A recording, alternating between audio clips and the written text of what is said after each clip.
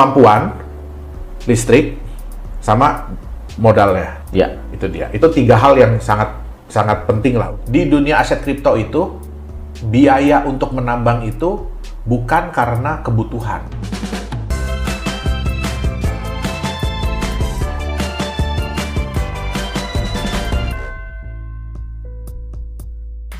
Hai, saya Tom MC Flip, founder Top Watch Indonesia. Kita hari ini akan membahas mengenai gimana cara menambang koin-koin yang saat ini sedang booming dan bagaimana caranya Anda bisa memiliki pertimbangan-pertimbangan agar Anda tidak salah dalam memilih keputusan. Ya, jangan-jangan nanti keluar duit udah besar tapi ternyata tidak mampu memberikan return yang Anda harapkan. So, kita masih bersama Pak Yohanes. Pak Yohanes, jadi kalau bicara tentang mining, apa sih langkah-langkah yang harus diambil untuk melakukan mining? Jadi yang pertama adalah tentu saja memilih perangkat yang tepat. Perangkat. Apakah kita mau pakai GPU, video card ya biasa kalau Yeah. disebut itu video card, atau kita mau pakai alat yang memang dedicated untuk mining, yaitu ASIC. Ada beberapa aset kripto itu yang memang tidak bisa di mining dengan teknologi ASIC. Ya, dulu itu Ethereum nggak bisa dengan teknologi ASIC, jadi harus pakai GPU. Tapi sekarang sudah mulai ada alat-alat ASIC nih yang dibuat untuk Ethereum. Jadi yang pertama kita harus lihat itu dulu, coach. Ya, alatnya dulu. Setiap alat itu punya hash rate, jadi berapa besar kemampuan mereka dalam mengelola data, mengelola perhitungan. Hash rate ini sangat penting karena di mining itu kita berkompetisi. Siapa yang memiliki hash rate paling besar, dialah yang paling punya peluang untuk menang. Nah, terus yang kedua adalah yang harus kita lihat listrik. Ya, biaya listrik. Kenapa? Karena ini rata-rata mesin-mesin ini ya, itu listriknya besar. Nah, bisa minimum itu 1000 watt, ada yang sampai 2500 sampai 3000 watt satu mesin. Nah, terus problem yang ketiga adalah mesin ini panas. Panas dan bising. Ya, jadi kalau Coach Tom nanti boleh kita ajak ya ke tempat kita lihat mesin ASIC. Itu suaranya udah kayak suara turbin. Ya, satu aja udah berisik. Apalagi bisa dibayangkan kalau tempatnya besar, jumlahnya banyak. Nah, panas. Nah, panas ini harus bisa dikelola dengan baik. Kenapa? Alat-alat ini ya sangat sensitif terhadap panas. Jadi ada panas maksimum yang bisa ditolerir. Nah, kalau nggak apa dia? Rusak alatnya. Alatnya rusak. Nah, karena gini, kebanyakan alat-alat itu dia punya sirip pendingin ya, kalau kita bilang sirip pendingin. Nah, sirip pendingin ini ditempelin di IC-nya. Nah, dan IC ini nempelnya biasanya cuma pakai lem. Nah, jadi kalau panasnya berlebih, biasanya ini copot, coach. Sirip pendinginnya kok copot. Nah, begitu sirip pendinginnya copot, dia nggak ada sirip pendingin. Nah, ini kan otak. Betul. Nah, kita sendiri tahu kan kalau manusia juga kalau panasnya berlebihan, kan yang paling takutin ya kalau apalagi anak-anak ya, kalau demamnya berlebihan adalah apa? Sel-sel otaknya ada yang rusak. Nah, sama dengan ini. Nah, jadi musuh utamanya itu adalah panas sama debu. Nah, sehingga ya mungkin kadang-kadang kita harus pakai AC. Berarti tempat harus tertutup. Betul. Dan bersih. Perlu ada yang ngawasin ya. Perlu ada yang ngawasin. Ya. Jadi kalau cara menambang setelah kita punya alat, lalu apa yang akan menghubungkan alat ini kepada blockchain dari koin tersebut? Ya, Jadi ada 2 cara, coach, untuk mining itu. Kita mau solo mining, kita punya perangkat, akan kita hubungkan langsung ke network dari blockchain yang kita mau mining. Atau kita mau namanya pool mining. Nah, pool mining itu jadi ada perusahaan atau ada organisasi, ada kelompok orang yang mereka berkomitmen bersama-sama nih. Jadi kayak kita itu menyewakan kepada mereka. Kita punya power dari kita punya alat. Nah, perbedaannya gini, kalau kita solo mining, kita akan dapat reward itu kalau kita benar-benar kitanya dapat 1 blok. Jadi kita full dapat rewardnya. Tapi kalau di pool mining, kesempatan kita untuk dapat lebih besar. Kenapa? Karena kan udah ngumpul nih, powernya kan udah ngumpul. Ya, sama kayak ibarat kata gini, kalau kita mau narik sesuatu, kita pakai mobil kita sendiri, sama kita narik sesuatu pakai mobilnya rame-rame. Nah, kemungkinan kita dapat lebih besar. Tetapi di pool mining ya kita share. Jadi contoh misalnya Coach Tom punya power mining 11 terahash, ya 10 terahash lah. Terus kekuatan total dari tempat itu 1000 terahash. Berarti Coach Tom punya share itu adalah 1%. Jadi kalau pool mining ini si pool miners ini dapat 1 blok, dia akan bagi. Dikurangin komisi dari si pool miners. Oke. Ya.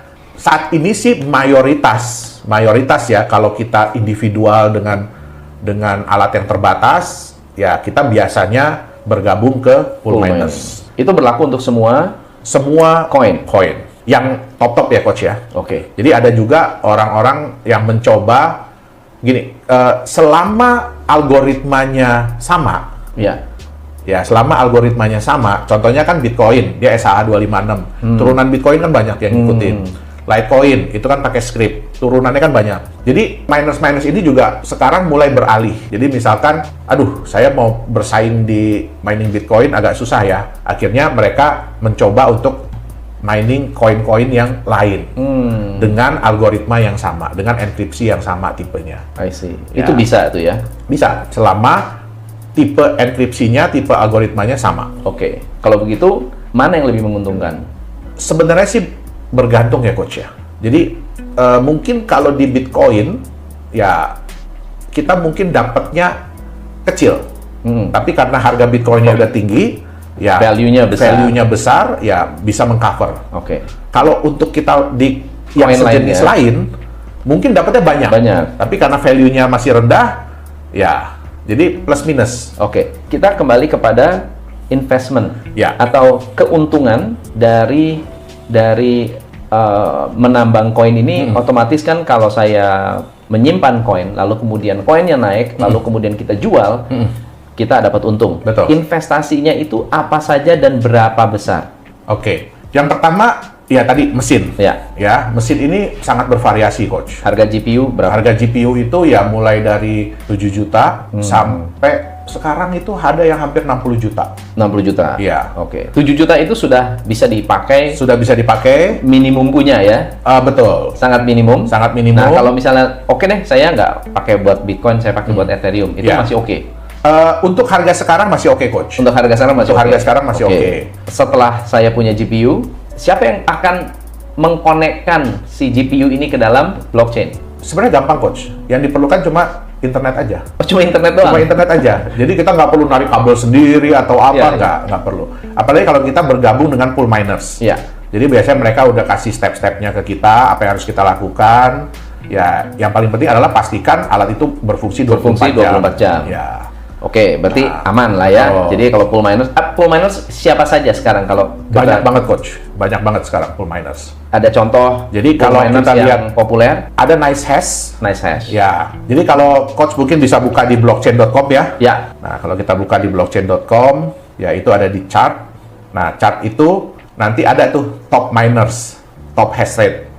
Nah, biasanya yang top ini mereka adalah pool miners. Ya. Jadi kita udah dapat sekarang minimum investment. Ya. Selain harga itu berarti kan ada investasi lain dong. Harus ada tempat atau terus kemudian listrik yang sebenarnya yang paling utama itu selain dari alat ya, itu adalah listrik.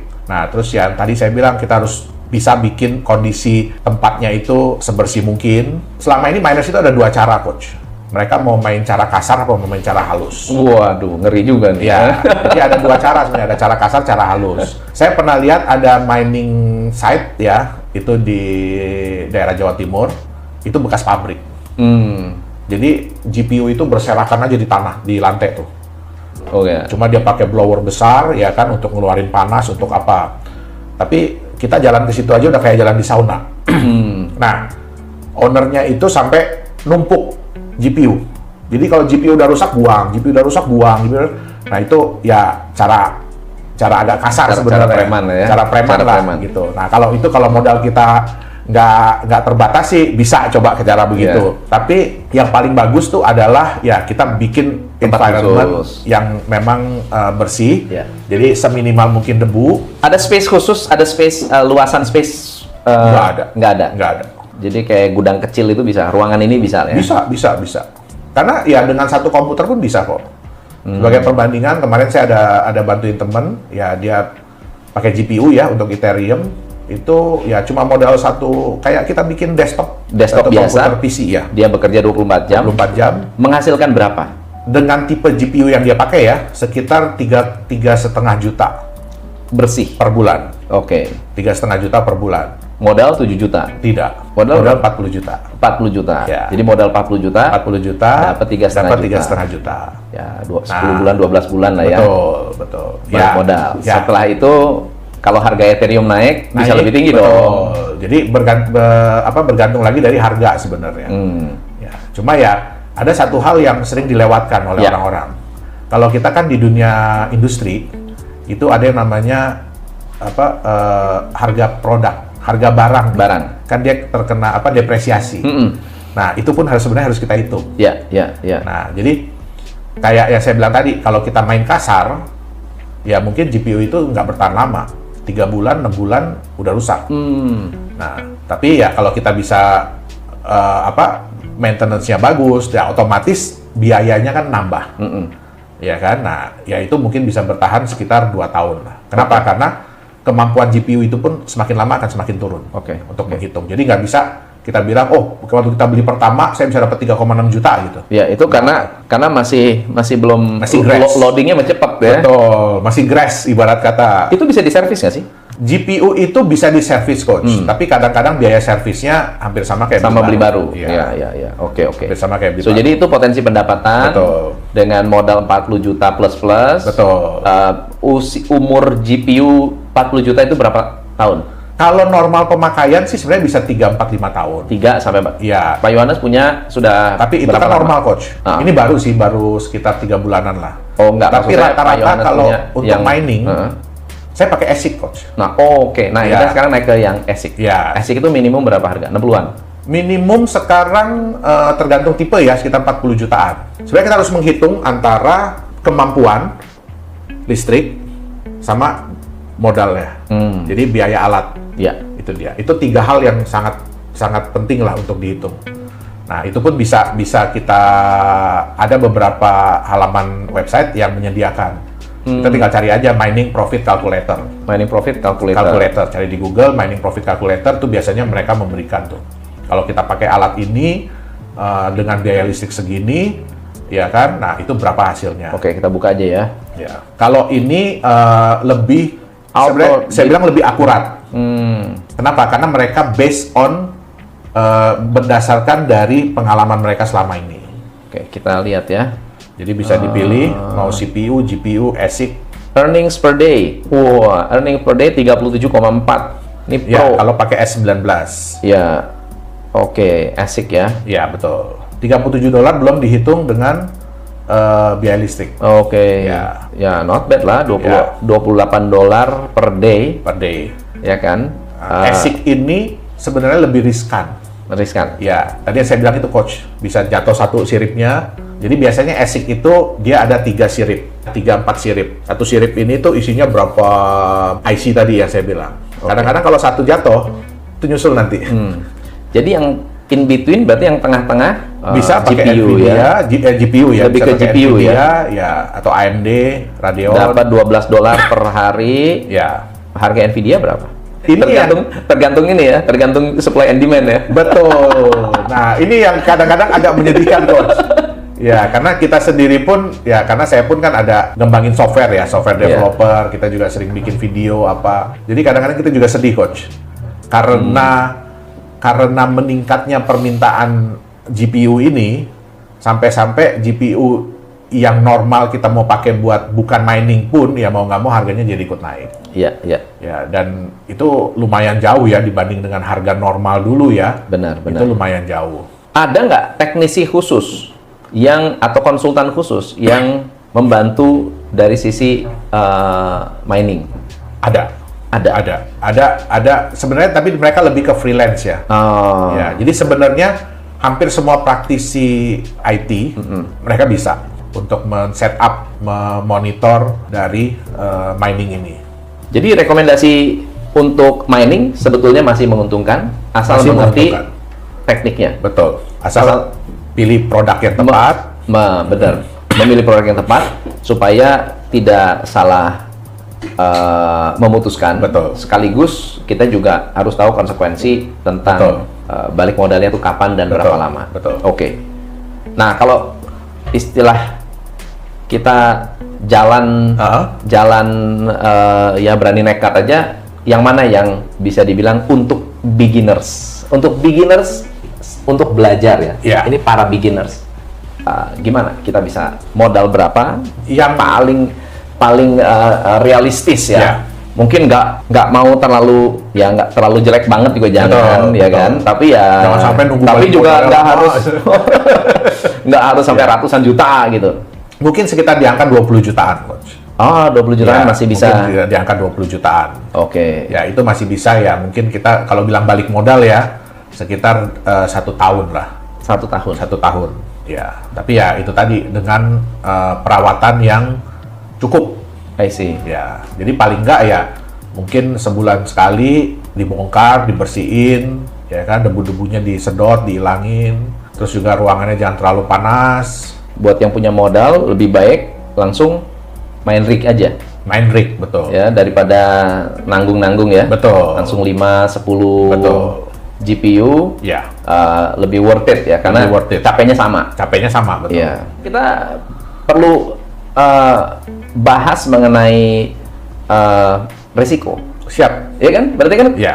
jangan lihat untungnya doang nih, Betul, teman-teman. betul. Jangan lihat untungnya doang, banyak risikonya. Ya. Apa saja risiko-risiko yang harus Anda pertimbangkan Betul. untuk cuan dari mining. Kita akan ngobrol tentang masalah-masalah tentang mining yang jarang sekali dibahas, sehingga ketika Anda melakukan mining lalu kemudian merasa bahwa saya awalnya kok janjinya manis banget nih, tapi ternyata ada masalah-masalah yang tidak dibahas sebelum kita melakukan investment. Nah, ini yang akan kita bahas. Sebetulnya ada risiko apa sih kalau kita berbicara tentang mining atau kesulitan-kesulitan dari praktisi yang pengalaman seperti Pak Yohanes? Apa kira-kira? Oke.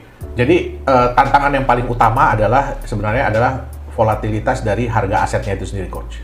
Oke. Ya, karena kita nggak pernah bisa menduga kapan dia akan naik atau kapan dia akan turun. Oke. Nah, jadi seperti tahun 2019 ya kalau saya nggak salah, 2018-2019 kan Bitcoin itu lumayan jatuh ya, bahkan sampai bottom low waktu itu ya. Benar. Nah, jadi termasuk saya sendiri pun akhirnya memutuskan untuk kita stop mining dulu deh. Oke. Nah, jadi itu adalah masalah yang paling utama. Oke. Terus yang kedua adalah maintenance. Nah, seperti saya bilang tadi, jadi bukan berarti kita beli alat ini, tinggal colok, pasang internet, sambungin, selesai, tinggal. Nggak bisa. Anggap kita ini seperti punya sebuah usaha, seperti punya pabrik. Ya, jadi tetap harus dijaga, tetap harus di-maintain, ya kan, dipantau. Nah, yang ketiga tentu saja persaingan. Oke. Jadi di dunia aset kripto itu biaya untuk menambang itu bukan karena kebutuhan. Ya, bukan karena ya memang harus segitu. Contohnya saya bilang tadi sama Coach Tom, kalau kita mining terus semua orang matiin, ya kan, cukup dengan satu CPU aja, Coach Tom udah bisa mining, udah bisa ngejalanin Bitcoin. Jadi bukan berarti tambah lama semakin sulit. Oke. Ya, tapi karena persaingannya tambah besar. Jadi otomatis nggak bisa dijadiin patokan kayak tadi ya. Kita hitung dapat sekitar $37 gitu ya. Nah, begitu mulai banyak kan di mana ada gula, di situ ada semut.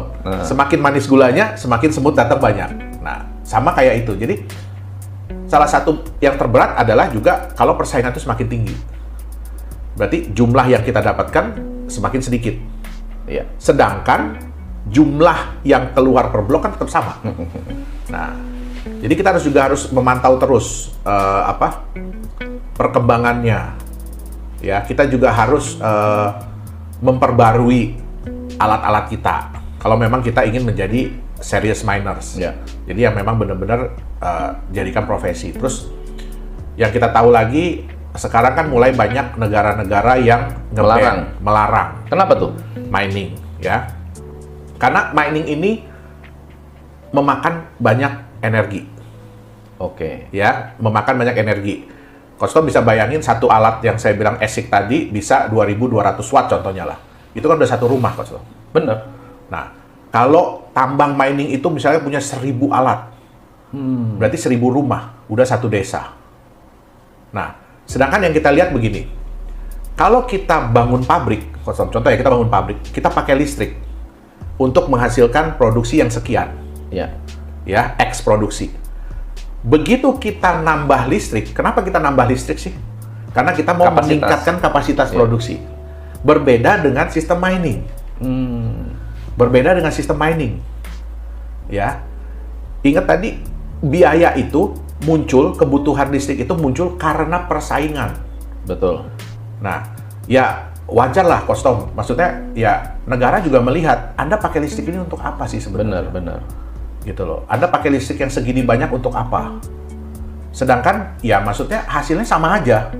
Kenapa miners itu meningkatkan jumlah? Karena persaingannya tambah tinggi. Mau nggak mau mereka harus ningkatin. Benar. Gitu. Sedangkan mungkin hasilnya sama aja. Gitu. Hasil yang didapatkan mungkin sama aja. Nah, ya wajar. Apalagi ya kalau kita lihat kan sekarang Cina kan mulai nge-ban. Betul. Ya. Cina itu tidak melarang orang-orangnya untuk punya aset kripto, tidak. Nah, tapi ya kita bisa bayangkan satu mining site di Cina itu bisa menghabiskan listrik mungkin buat satu desa yang penduduknya mungkin puluhan ribu, ratusan ribu orang. Udah kemakan. Kemakan. Nah, sedangkan ya menurut mereka untuk apa gitu loh? Untuk listrik segitu banyak untuk apa? Nah, dan itu kan ya udah pasti polusi lah. Betul. Nah, jadi ya walaupun mereka bisa menghasilkan listrik banyak-banyaknya kan, tapi kita tetap tahu kan save energy. Benar. Nah, jadi itu pun menjadi salah satu alasan kenapa kok dilarang. Ya. Menarik. Nah, dulu tuh saya banyak sekali dengar perusahaan-perusahaan yang menyediakan jasa mining kripto. Ya. Ternyata scam. Oke. Itu gimana tuh? Oke. Jadi ada beberapa sih kostumnya yang paling terkenal kan Bit Club Network tuh ya. Bit Club. Ya, itu yang kemarin bosnya kena di Indonesia. Ya. Jadi kembali lagi begini, mereka tuh sebenarnya menyediakan fasilitas. Anda tidak perlu capek-capek. Ya, Anda tidak perlu capek-capek untuk menyediakan alat. Anda tidak perlu capek-capek menyediakan listriknya, tidak perlu capek-capek maintenance, tidak perlu capek-capek segala macam lah. Anda tinggal investasi, store aja sekian, nanti dapatnya sekian. Nah, ini dimanfaatkan. Seperti yang kita bilang ya, kalau ada hype, pasti ada the bad guy will show up. Gitu loh. Orang-orang bad guy ini pasti akan muncul. Nah, ada yang benar Kostom. Jadi bukan berarti semuanya nggak benar ya. Ada yang benar kok, kayak Genesis Mining, ya itu memang mereka komitmen. Jadi ya kita beli alat dengan mereka taruh alatnya. Dan itu biasanya mereka kasih kita semacam sertifikat atau serial number bahwa ini adalah alat kita dan kita bisa pantau alat itu gitu loh. Nah, itu yang benar sebenarnya. Ya, itu yang benar. Nah, kalau kita mau ngelihat dari itu istilahnya sih cloud mining ya mereka bilang. Cloud mining. Nah, yang nggak benar tuh seperti apa? Sebenarnya kita bisa menghitung, Coach Tom. Ya, jadi mereka kadang-kadang gini, Anda bayar sekian dapat berapa hash power. Nah, nanti Anda dapat sekian. Kan tadi ada tuh Coach Tom kalkulator tuh. Masukin aja. Masuk di akal nggak apa yang mereka berikan ini? Gitu loh. Masuk di akal nggak nih? Kok saya udah beli alat sendiri aja segala macam, dapatnya rata-rata sekian. Ya kan? Nah, tapi kok mereka dapatnya sekian. Nah, terus tadi kayak di blockchain.com kan ada tuh yang top miners. Betul. Nah, rata-rata mereka itu mengklaim bahwa mereka ini adalah top miners. Nah, kita bisa hitung kok. Di situ kan biasanya kelihatan ada berapa hash power mereka kan. Tinggal dibagi aja berapa mesin. Nah, selama ini mereka ngeklaim mereka punya berapa mesin. Betul. Nah, jadi ya memang kita harus sangat hati-hati dengan penawaran begitu. Ya kan? Ada istilah kan custom too good to be true. Iya. Terlalu bagus. Terlalu hebat untuk dibilang benar. Gitu loh. Jadi sebenarnya semua itu kembali lagi ya kita harus riset.